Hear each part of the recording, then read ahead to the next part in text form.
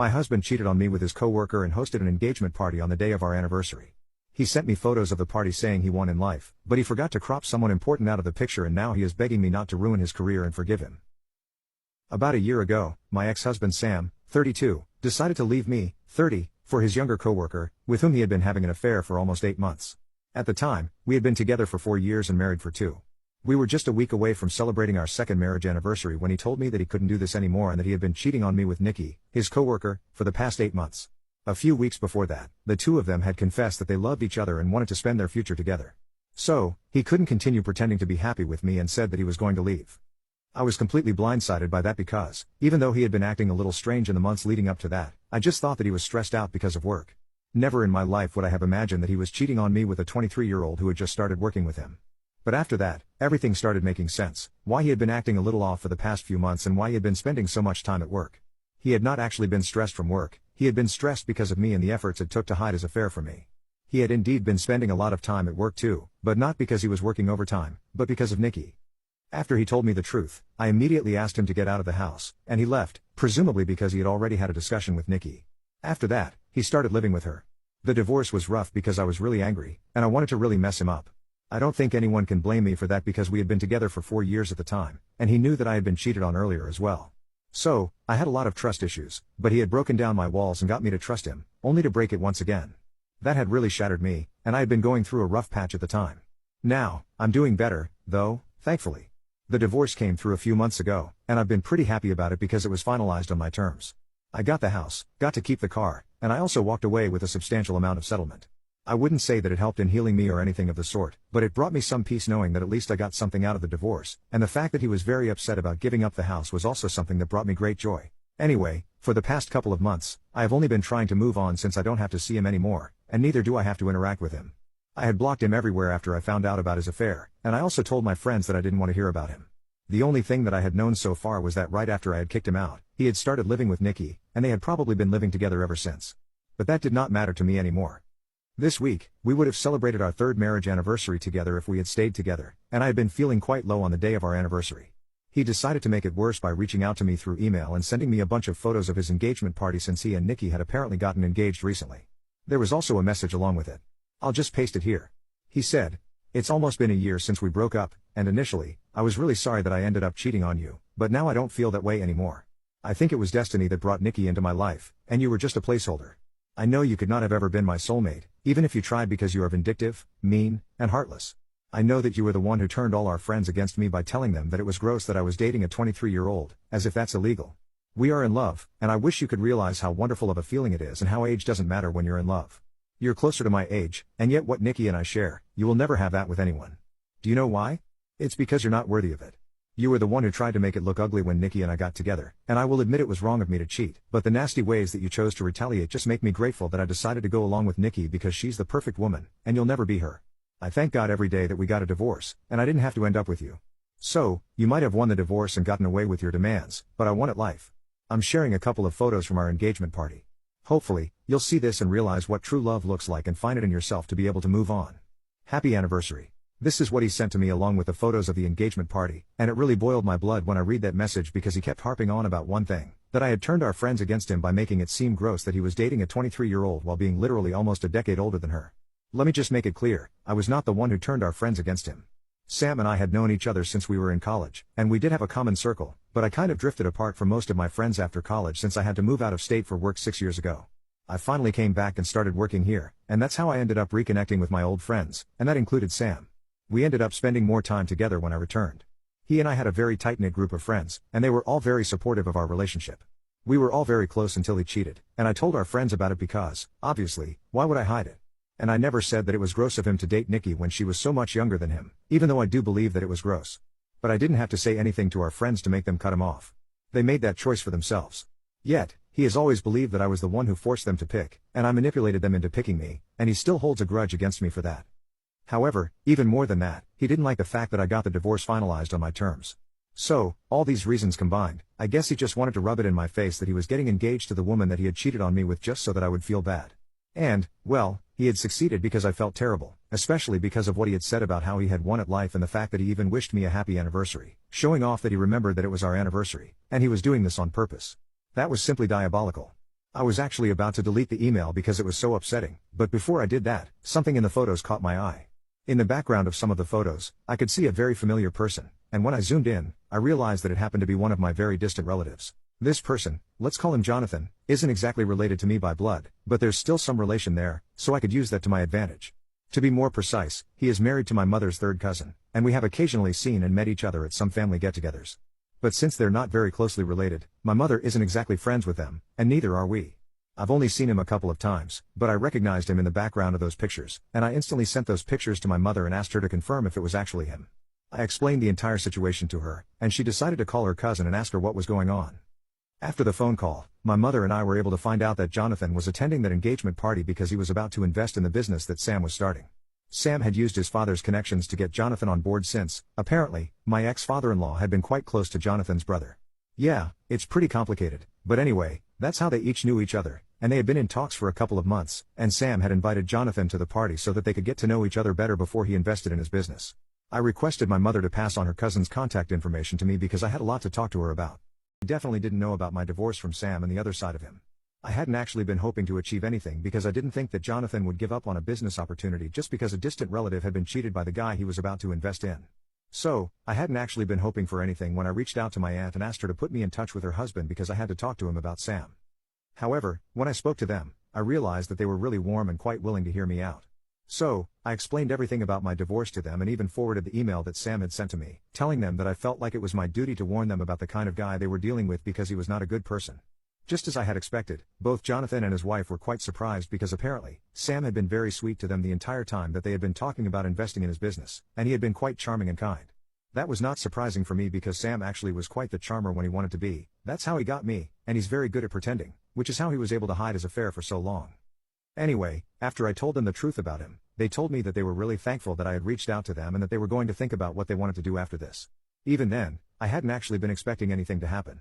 I just thought that I had the satisfaction of knowing that at least I had done something real and not just sat back and let things happen. Surprisingly, though, today I received another email from my dear ex-husband, and the tone of this one was quite different from his last. Apparently, after speaking to me, Jonathan had decided to rescind his offer of investing in the business since that one conversation with me had completely changed his opinion of Sam. Jonathan had started to ghost him personally and had his secretary inform Sam that he was no longer interested in the business anymore and wished him the best, but he couldn't go further with him owing to special circumstances after his talk with me. His secretary made sure to mention me, so Sam would know exactly what was going on. Sam couldn't contact me in any other way, so he had to send me an email again and tell me that he was quite desperate because he had already quit his job and had started recruiting people for his business. Without Jonathan's investment, he would have to shut down and go back to working, and he just wasn't ready for that. He was practically begging me to make things right and even tried to bribe me by telling me that he was ready to make me a partner in his company if I got Jonathan to come back on board. He knew that I could do it. I was actually quite happy reading that email because it made me realize that he had really screwed things up for himself by sending me that horrible message and trying to rub it in my face. His plan had totally backfired, and now he was the one who was in a terrible position and needed me to bail him out. I was feeling like I was on top of the world and was relishing the experience until, out of nowhere, I started feeling guilty about what was happening. I don't even know why, but a couple of hours ago, I started feeling like I was a terrible person for doing this and that I'm no different from Sam if I'm actually relishing it. I've spoken to my parents about it, and I've spoken to my friends as well, and all of them have told me that the only reason I'm feeling guilty is because I'm a decent human being. But that doesn't mean that what I did was wrong. That hasn't helped me because I know that they are on my side, and they're going to be biased because they love me. I guess what I'm saying is that I need some unbiased people to validate my decision because I've just realized that I am literally ruining somebody's career right now, and I've been enjoying it so far. But that realization has made it a little less fun. It's complicated, but I really need somebody to put things into perspective for me right now, and I need it to be completely free of any bias. So, edit, I guess there has been some confusion about my statement regarding how it was gross for my ex-husband to be dating a 23-year-old. I never said that I had told my friends any of that, but that doesn't make it all fine all of a sudden. Just to put things into perspective, she has just graduated and doesn't have much experience. When she started working with him, it was only her second job. Meanwhile, Sam has been working for the past 10 years, and even at this job, he was supposed to be her senior. So, it's quite obvious that he has had a lot more experience than her, and the power dynamics between the two of them are obviously not going to be the same as if he had been with a woman of his own age. I'm sure that a lot of other people agree with what I'm saying because if everyone had thought that it was completely fine for them to be dating, they wouldn't have had to quit their jobs and start working elsewhere after the news of my divorce and their affair started spreading. So, I know for a fact that Nikki is an adult and can make her own decisions. I'm not judging her, not for that, at least. But I think I'm allowed to judge my ex-husband, who cheated on me with somebody so much younger than him. Anyway, it's my personal opinion that it was gross of him, and I'm going to stand by that. I think that he was taking advantage of her immaturity, and I think it's weird and unethical, but that's just me. People don't have to agree with me or anything, I'm fine with it, but there's no reason to be so hateful to me just because I called it a gross relationship. The man cheated on me, I think I have earned the right to criticize him. As for saying it to my friends, I had already mentioned in my original post that I did not say it to them. They were the ones who had been saying it, and I just agreed but didn't harp on about it. Neither did I tell my friends to cut him out of their lives because of this, that was their own choice as well. What I'm trying to say is that I have tried my best to deal with all of this as maturely as I possibly can because I don't want to indulge in any sort of drama. I just wanted to get out of that marriage as quickly as possible and get the divorce finalized. So, I would really appreciate it if people did not hate on me in the comments because it's really not necessary, and I don't think it's fair either. Thank you to the ones who are kind to me and everyone else who was polite and civil. The rest of you guys, I don't know what's wrong with you people, but it's not okay to hate on other people like this. Update. I finally responded to the email that Sam had sent me, and I told him that I really appreciated his offer of wanting to make me a partner in his company, but I was just not interested. After all, he had cheated on me once, I didn't want to be cheated on again. I also told him that I had spoken to Jonathan, but I hadn't told him that he had to opt out of investing in the business. That had been completely Jonathan's personal choice. I had only warned him about Sam, and, well, it's not like he can blame me for that because he was the one who sent me those photos, and that's how I found out about the connection anyway. I made it very clear to him that I hadn't told Jonathan not to invest in his business, and since I couldn't have influenced that decision, I don't think I can go up to him and tell him to invest in Sam since that's not my place either. Plus, even if I could, I'm not sure I would want to do that to anyone because I know him as a person, and I know how petty and vindictive he is.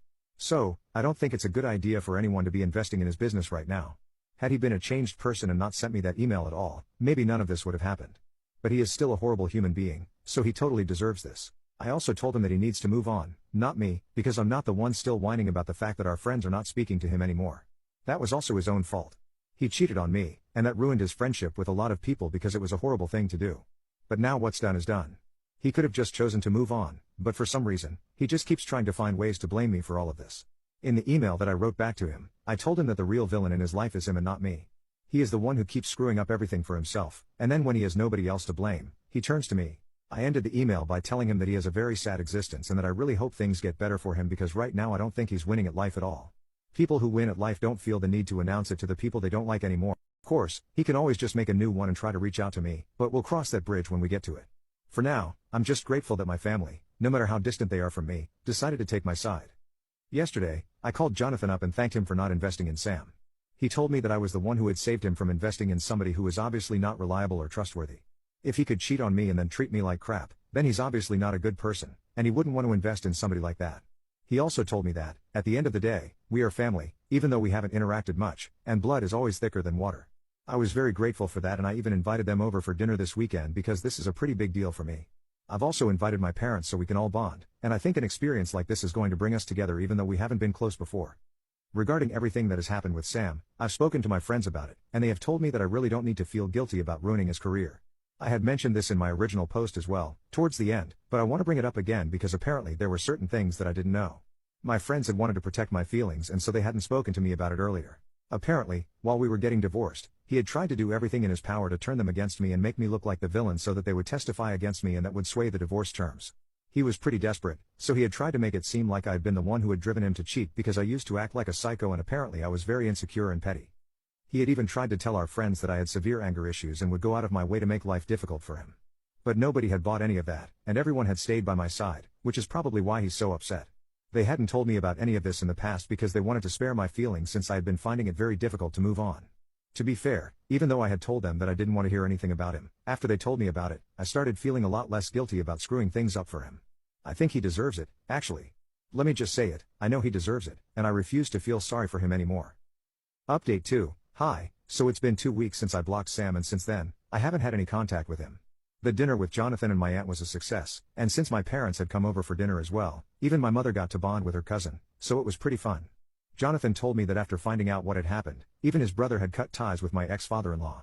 I remember my in-laws had supported their son, which was obvious, but it was a good thing to do. I have been feeling quite content with my decision, and after what happened this evening, I'm pretty sure that I did the right thing because Nikki showed up at my house. I don't know how she found me, but anyway, that doesn't matter anymore. She showed up pretty late, just as I was about to heat up my dinner. When I saw that it was her outside, I told her to go away because I didn't want anything to do with her. I think anyone in my place would have reacted the same way, but she didn't leave. Instead, she started throwing a tantrum on my doorstep and accused me of being a jealous loser. She told me that I just couldn't stand the fact that my ex-husband was happier with her instead of me, and that's why I'd taken it upon myself to try and ruin their lives. She called me crazy and told me that there was no reason for me to keep tabs on his life just to try and ruin him. I realized that she probably had no idea I had even found out about Jonathan, because if she had known about it, she would have known that I found out about Jonathan just because of what Sam had sent to me. So, I told her about the email and I told her exactly what he had said to me, but she refused to believe me. I told her that I would gladly send her the email if she wanted me to, and that's what she made me do. She stood outside the door and made me forward the email to her, and only then did she realize what was going on. After she got that, I'm pretty sure she started feeling like a fool and just walked away without saying anything else. Then I went back to my dinner, and a few minutes ago, right before I started typing out this update, she sent me an email saying that I was still a horrible human being for going out of my way to ruin my ex-husband's life and career. She called me miserable and petty and just reinforced my belief that I had done the right thing by exposing Sam. Anyway, I told her that she and her husband needed to leave me alone and stop acting like they were obsessed with me, because right now I was just one more incident away from posting all of this on social media, and then everyone would know what kind of people they were. So, that was that, and I'm finally going to start with my dinner now. I really just hope that they have learned the lesson and that they're going to leave me alone now. Update 3. Hey everyone, I have some pretty fantastic news to share with you guys. It has been almost a month since my last update, and 3 days ago, I heard from a couple of my friends that Sam and Nikki had posted that they were breaking up their engagement and going their separate ways due to irreconcilable differences. I don't know why they use such corporate language just to announce their breakup, because it's not like they were getting divorced. But anyway, they also mentioned that they would continue to remain cordial and hope that people would give them the privacy they needed at this time. I don't know why they were talking about privacy at all, because from what I've heard, Sam himself has been bad-mouthing Nikki to all his friends and has been talking crap about her relentlessly. My friend and I managed to read between the lines from all the gossip that we have heard about it, and we think that she decided to leave him a couple of weeks ago, probably after I told her about the email and stuff. She decided that she couldn't be with somebody who was still reaching out to his ex on purpose, even if it was just to make me feel bad. I guess it was also bad that he had lied to her and didn't mention the email to her while talking about why the deal with Jonathan had fallen through. Sam's ego couldn't handle this, so he started bad-mouthing Nikki and told a bunch of his friends that she was only with him for the money and the stability, because ever since he had moved in with her, he had been covering all their expenses and she barely had to spend $1 on anything. It was gross how he had switched up his attitude towards Nikki so quickly just because she was not willing to put up with him and his lies anymore. Anyway, I think it's fantastic news, because right now neither does he have a job, and his fiancée also left him, so he's pretty much at rock bottom, and I don't feel bad for him at all because he deserves all of this. He brought it all onto himself. I'm doing a lot better, and I don't even care about him or what he's going through anymore. My work is great, I have my friends, my family by my side, and that's pretty much all I need. So far, I have even been holding back on getting a cat because he's allergic, but I think it's about time that I got a cat as well. But even right now, I feel pretty fulfilled.